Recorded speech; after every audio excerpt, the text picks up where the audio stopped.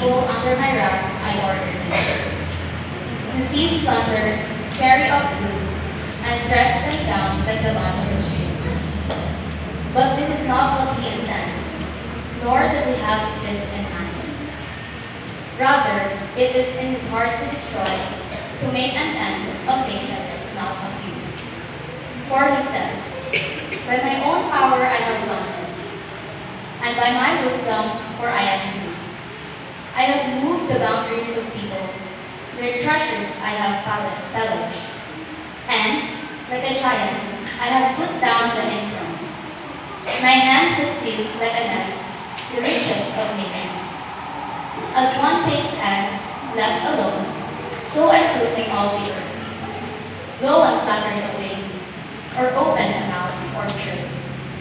Will the axe boast against him who boosted it? Will the song exalt itself above him who wields it?